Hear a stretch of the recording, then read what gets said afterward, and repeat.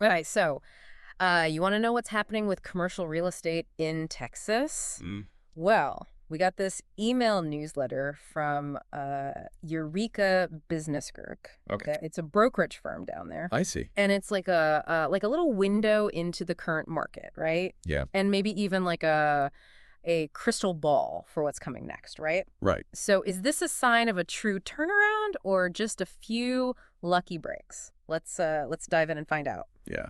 Sounds intriguing. Yeah. I'm always interested to see how different markets are, performing Right. across the country. So they lead off talking about, this positive sentiment Right. in the market, right? Sure. Investors are back. Right. And even more importantly, right, lenders are opening their wallets again. That's huge.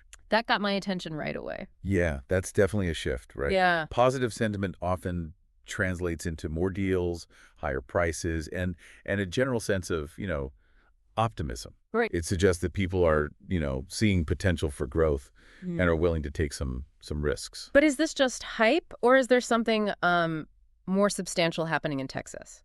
Well, that's what we need to figure out. Right. One thing that might be fueling this positive sentiment is the availability of construction loans Mm-hmm. at around 7%. Okay. Historically, lower interest rates can spur new construction projects, Right. which can have a ripple effect throughout the entire economy. Okay, so new construction projects, Yeah. more jobs, Uh-huh. more businesses, right? Right.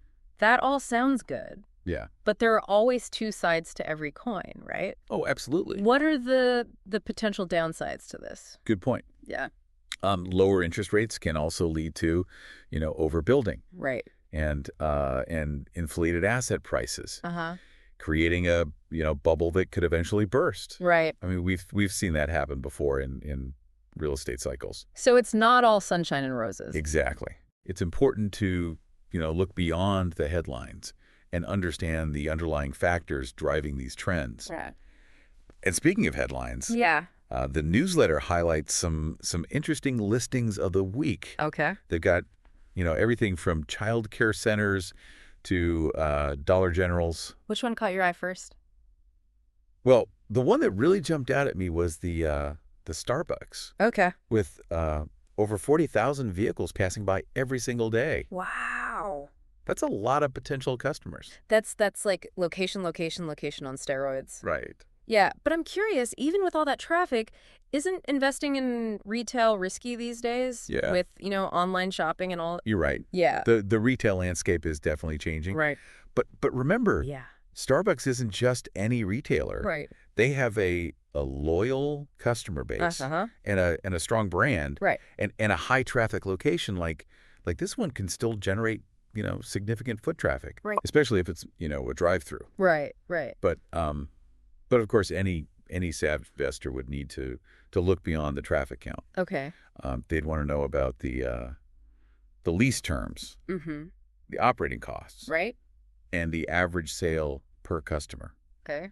They'd need to calculate something called the capitalization rate Mm-hmm. or cap rate Okay. to assess the potential return on investment. Cap rate, is that like how much bang you get for your buck? That's a good way to put it. Okay. Basically, it's a measure of the property's net operating income Okay. as a percentage of its value. Right. It helps investors, compare different properties Oh, and assess their risk Yeah. and potential return. got it. Yeah. So it's not just about the sizzle of a busy street. It's about the steak, or in this case, the latte. Exactly. Now, another listing they highlighted was a 2023 built child care center Okay. in a what they call a hot growing town. And honestly, that one made me scratch my head a little. Why is that? Well, I understand the demand for childcare is growing, right? Yeah. But isn't the childcare business notoriously tough to profit in? It can be. What makes this opportunity stand out? That's a great question. Yeah. While it's true that the childcare industry can be challenging, Right. this particular opportunity might be worth a closer look. Yeah. The fact that it's a newly built center Mm-hmm. in a growing town suggests that they've done their homework and are anticipating future demand. Right. But you're right. We'd need to dig deeper into the financials, Mm-hmm. the licensing requirements, and the local competition to really assess its viability. So we've got a high traffic Starbucks on one hand, Okay. and this potentially risky, but also potentially lucrative childcare center on the other. Right. Are these listings just anomalies, or are they telling us something about the broader trends in Yeah. Texas real estate? That's the million-dollar question. Yeah. To answer that, we need to, look beyond individual listings and consider the bigger picture. Right, and that brings us to Joseph Goslan. Okay. He's the principal of Eureka Business Group, Gotcha. and he's offering a free Uh-huh. BOV service Okay. for commercial property owners. All right. And I have to admit, I had no idea what that meant at first. You mean a broker opinion of value? Yes. Okay. Apparently, he'll give you a detailed valuation report Right. for your commercial property. Yeah, that's actually a pretty valuable service. Okay. Even if you're not planning to sell right away, Right. knowing the true value of your asset Uh-huh. can be helpful for a lot of reasons. Like what? Fill me in, because real estate's not exactly my forte. Well, for starters, you could use a BOV for tax planning purposes. Okay. A professional appraisal can help you challenge your property tax assessment Uh-huh. if you think it's too high. Mm-hmm. You can also use it for refinancing. Okay. If you're looking to get a better interest rate on your mortgage, Right. a recent appraisal can strengthen your case. Right. And of course, it's always good to know what your property is worth, just for your own peace of mind. So even if I'm not buying or selling anytime soon, getting a BOV could be a smart move. Absolutely. Okay. It's like getting a free checkup for your investment. Hmm. It can help you, identify potential issues, Right. explore different strategies, Uh, and make informed decisions about your property. okay, so we've got positive market sentiment Yeah. fueled by low construction loan rates, Right. a mix of intriguing listings, Uh-huh. and this offer for a free BOV. Right. Where do we go from here? Well, I think it's time to, unpack some of these listings Okay. in more detail. Right. Let's start with the child care center and see if it, Huh. lives up to the hype.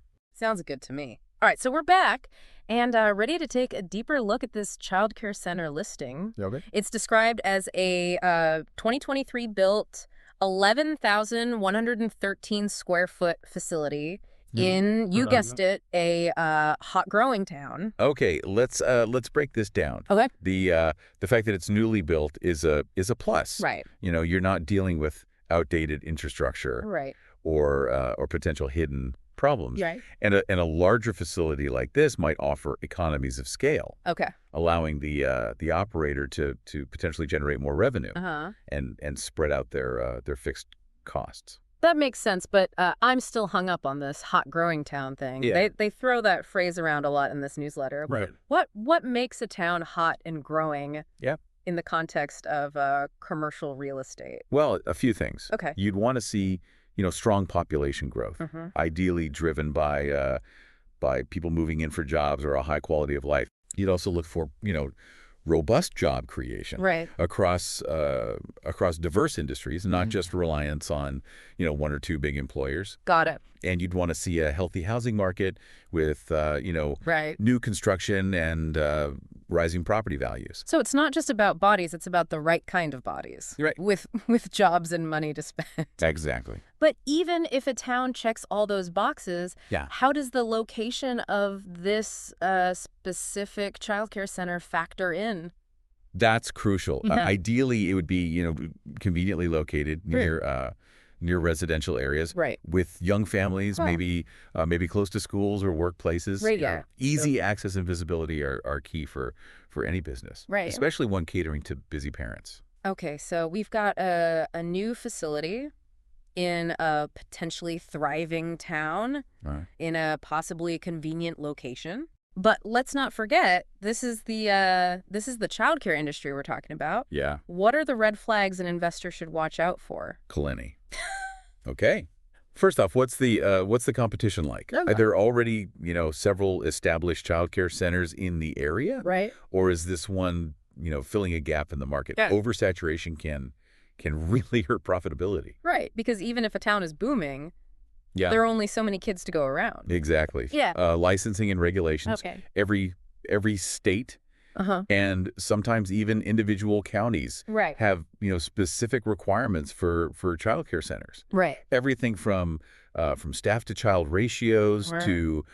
to safety protocols. Okay. These can be complex and costly to comply with. I'm probably constantly changing, right? Exactly. Yeah. Investors need to understand the regulatory landscape Right. and factor in those costs. Right. And then there's the labor market. Okay. Finding and retaining qualified childcare professionals Right.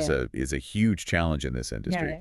Wages are often low, turnover is high, Right. and the work itself is demanding. Yeah, it's not just about building a nice facility. Right. It's about finding people who genuinely love working with kids Yeah. and can provide high quality care. Absolutely. So this child care center investment, Yeah. it's not as straightforward as it might seem at first glance, is it? Definitely not. Yeah. It's a sector with potential, but also inherent, Right. risks and complexities. Right. Investors need to, do their due diligence, understand the local market, Right. and carefully assess the financials before jumping in. So maybe not one for the faint of heart. Right. But speaking of unexpected opportunities, Yeah. there was another listing in this newsletter that really caught my eye. Right. A Dollar General. Now, I'll admit, I don't usually associate Dollar General with hot investment opportunities, Right. but they seem to be doing something right. You're right to be surprised. Yeah. Dollar General has actually been a surprisingly strong performer in recent years. They've been expanding strategically, Okay. often targeting rural or underserved communities Okay. where there's, less competition Right. from big retailers. Okay, so they're going where the Walmarts and Targets aren't. Exactly. What else is driving their success? Their business model. Okay. They focus on value and convenience, Right. offering a limited selection of everyday essentials Right. at low prices. Okay. That resonates with a certain segment of the population, Mm-hmm. particularly during, times of economic uncertainty. So when people are feeling the pinch, they're more likely to head to Dollar General? Exactly. Okay. And their smaller store format allows them to operate with lower overhead costs, Right. which means they can, offer those low prices Uh-huh. while still maintaining profitability. Interesting. So this Dollar General listing, Yeah. it's in a retail-heavy location, Okay. which I guess means there are already a lot of stores around. Right. Doesn't that create competition? It does. Yeah. But remember, competition isn't always a bad thing. Right. It can indicate a healthy retail market Right. with enough, consumer demand Mm-hmm. to support multiple businesses. Right. The key is differentiation. Sure. What does this Dollar General offer that other stores in the area don't? Well, the newsletter mentioned something about an investment-grade tenant Okay. and an early 5-year extension. Right. What does that tell us? Those are actually very important details. Yeah. Investment grade tenant means that that Dollar General as a company has a strong credit rating Okay.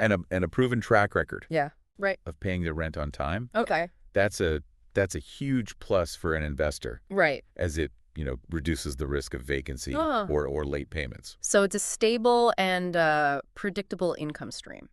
Exactly. I like the sound of that. Yeah. And the early 5-year extension is also significant. Yeah. It means that Dollar General is committed to this location for the long haul. Right. They're not planning to pack up and leave anytime soon. Right. Which provides, even more stability and predictability Right. for the investor. Wow. I'm starting to see Dollar General in a whole new light. Yeah. But even with a strong tenant and a long lease, Right. what are some of the potential downsides to consider with this type of investment? Well, one thing to consider is the overall economic health of the community. Yeah. If the area is, struggling economically, even a discount retailer like Dollar General might see a decline in sales. That makes sense. You can only cut prices so low, right? Right. Yeah. And another factor to consider Yeah. is the potential for future development in the area. Okay. If a new Walmart or Target were to open nearby, Right. that could definitely impact Dollar General's business. So location, tenant strength, and future prospects. Uh-huh. It's a lot to juggle. Yeah. It seems like there's always more to the story Right. than meets the eye when it comes to commercial real estate. Absolutely. Yeah. There are so many nuances and variables to consider. That's why due diligence is so important. Yeah. You can't just, rely on headlines or catchy phrases. You need to dig into the details. Right. Understand the local market. Right. And think critically about the long-term prospects. Well, we've certainly done some digging today, haven't we? Yeah, we have. We've talked about market sentiment, construction loans, childcare centers, and even the surprising appeal of Dollar General. It's interesting. But there's still one more listing in this newsletter that I want to get your take on. Remember those medical properties we mentioned earlier? Yeah. A 6,720 square foot NNN medical building. Okay. And a 12,500 square foot NN medical building. Right. I know those terms might sound like alphabet soup to some listeners. Yeah.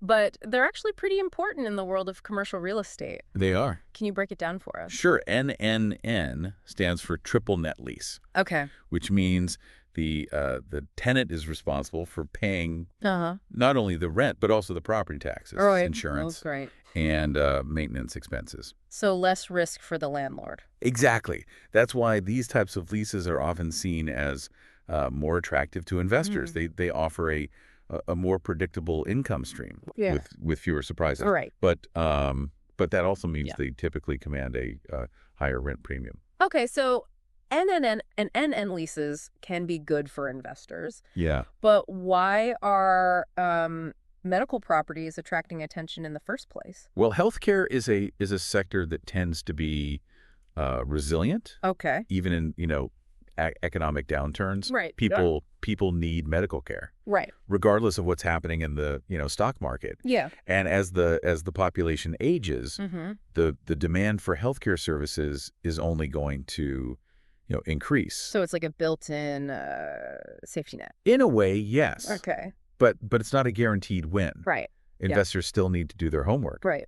Who are the tenants in these medical buildings? Okay. Are they established medical groups with solid reputations? Right. What are their lease terms? Okay. And what's the overall healthcare landscape in that particular area? Right. Is there a growing population? Right. Is there a need for specialized medical services? So it's not just about buying any old medical building. Right. You have to understand the nuances of the healthcare market in that specific location. Precisely. And you have to consider the potential for future changes. Okay.